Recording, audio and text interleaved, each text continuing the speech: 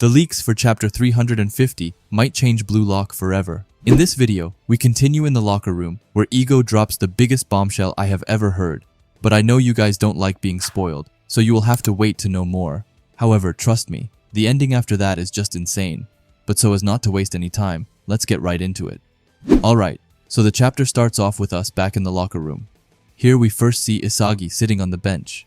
He looks pretty intense and just overall determined, as he then finally speaks out to everyone there and asks them what ego is.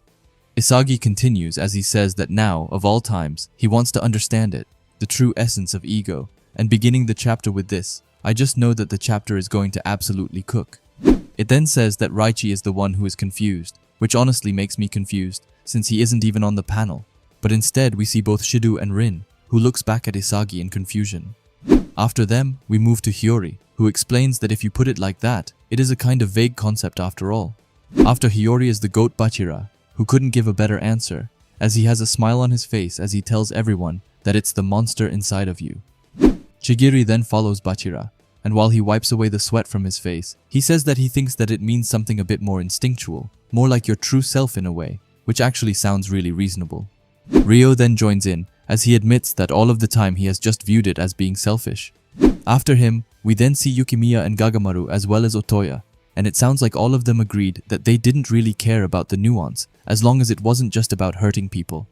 With that, we head back to Isagi, who really looks to be in thinking mode, as after he has listened to all of their answers, he starts to cook, thinking that everyone's interpretation is different. He then says that he thinks that if they figure it out, then how they fight will also become clear, and in turn help them evolve. But just then, it finally happens as the monitor in the room starts to flicker, and with that, we see Ego walking into the locker room with Henri by his side. It sounds like he has been listening in on their conversation, as just as he enters, he tells them that he will define it for them. Ego doesn't stop there, as he says ego is the game nature of a human's life. We then quickly see a panel of Isagi, who just looks a bit shocked, but I feel like it's more of seeing Ego walking in. Anyway, Ego then gives us one of his wonderful long speeches as he puts up a pentagon diagram on the screen. Now this diagram represents a person's existence, their environment, talent, appearance, and mentality.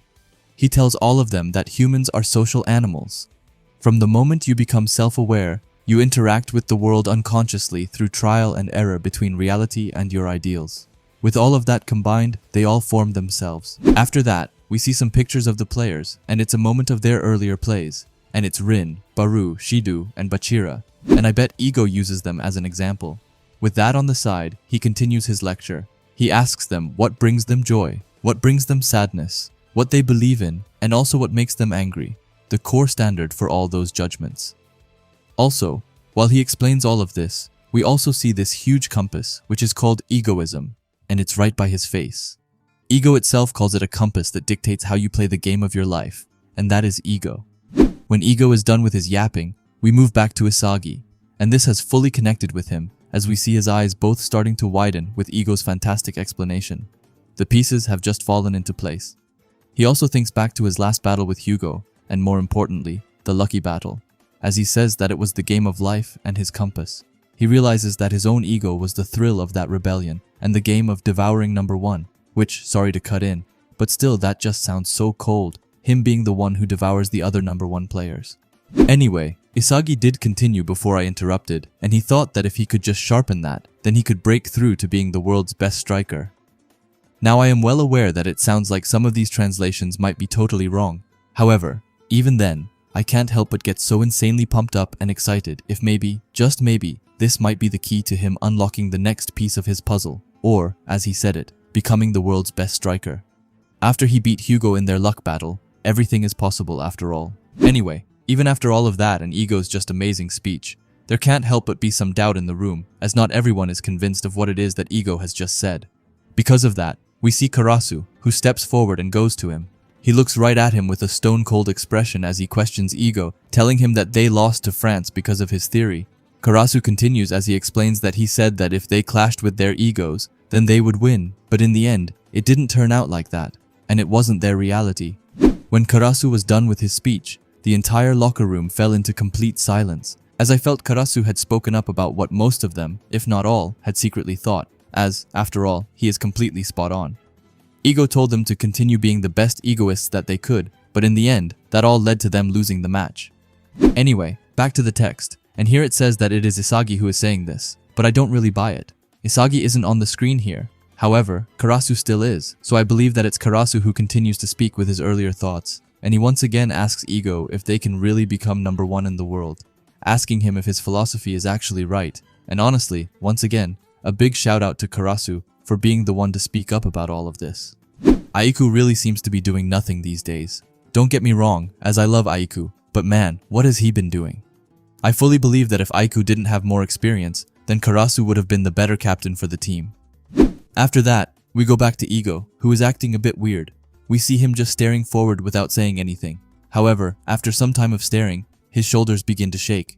That leads to him starting to chuckle a bit before he then goes straight into maniac mode as he completely loses it. And I really mean lose it, as he starts to laugh as he has never done before. He looks like he is possessed by some devil spirit by the way that he is acting right here.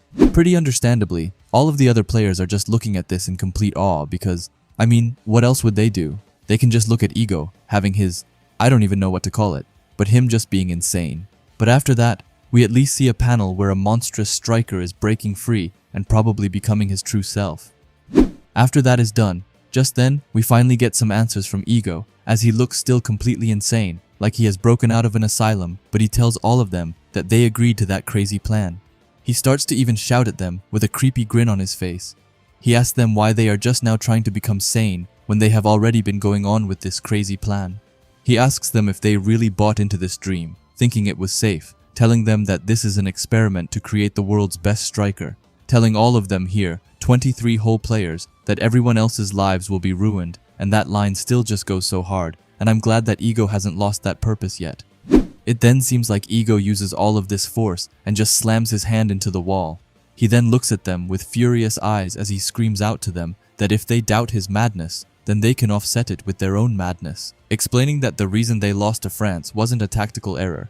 His voice then changes a bit, and it goes into a much more raspy and just scary tone as he looks at them, while explaining that they lost because out of the 11 people on the pitch, there was someone who didn't truly believe they were the best in the world. With that said, his tone finally goes back a bit as he then looks around once again. He has really been doing it a lot this chapter. Anyway, he asks if they all believe that they are the ones who are doubting before calling it trash. He pushes his glasses back up as he tells them to cool their heads, telling them that today is the worst day, but the silver lining is that they're still in the group stage. The path to victory remains, and they should instead meet tomorrow with tomorrow's madness. The panel then gets dark, and Isagi almost gets frozen in place. He thinks that Ego is completely right. He thinks in his head that he lost complete sight of his own ego trying to follow his instructions perfectly, thinking that the team collapsed because of it, and that the way they've been doing things won't work anymore. Isagi then looks up, and he finally has a new expression with a new determination to dig into. With that, he also decides to call out to Ego. This seems to even surprise Bachira, as he looks surprised and just says his name, not understanding what he is doing. But even then, Isagi continues. He tells Ego to please take him off. There is no hesitation in his voice as he tells Ego to take him out of the starting 11. This makes the whole room go silent, and Isagi's heart is just pounding super loudly.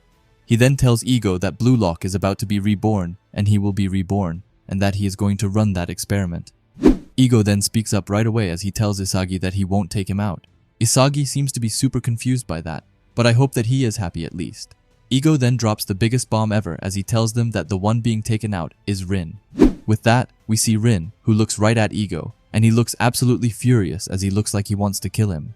Anyway, that is where the chapter ends sadly. I'm unfortunately too tired to say anything other than that it was good, but let me know in the comments what you thought about it. Anyway, if you like Blue Lock and videos like this, then I would highly suggest you subscribe to this channel. And while you're at it, leave a comment and a like. Also, if you can, hype the video down below, as it helps out with the algorithm a ton. And if you are curious to see another video of mine, then please watch the video that will be popping up on the screen now. Anyway, thanks for watching and have a great day. Bye.